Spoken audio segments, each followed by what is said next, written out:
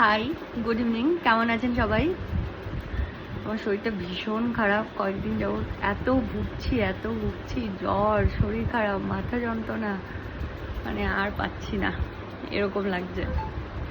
বরাবরই আমি একটু ভুগি, কিন্তু এখন যেন একটু বেশি ভুগছি। যাই হোক, যেটা শেয়ার করার জন্য আপনাদেরকে আমি ভিডিওটা অন করলাম সেটা হচ্ছে, কয়েকদিন যাবতই দেখছি খবরে খালি ট্রামটা নাকি বন্ধ হয়ে যাবে বা বন্ধ হয়ে গেল মনে হয়, এরকম সবার স্ট্যাটাসে খালি ট্রাম ট্রাম ট্রাম। আমারও এরকম না যে আমি খুব একটা আমার ট্রামে চাপাই হয় না। এই রিসেন্ট হচ্ছে কয়েকদিন আগে একটা মিটিংয়ে গেলাম, মিটিং থেকে ফেরার সময় দেখলাম ট্রামটা চলে যাচ্ছে। তো ভাবলাম এর পরে যেদিন টাইম থাকবে সেদিন একদিন ট্রামে চাপবো। তার মাঝখানে হঠাৎ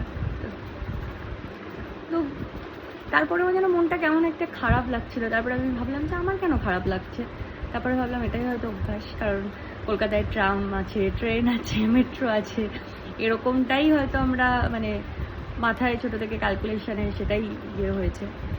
তো আর যখন এরকম একটা জিনিস এরকম চলে যাচ্ছে বা বন্ধ হয়ে যাচ্ছে তখন শুনে একটু খারাপ লাগছিল।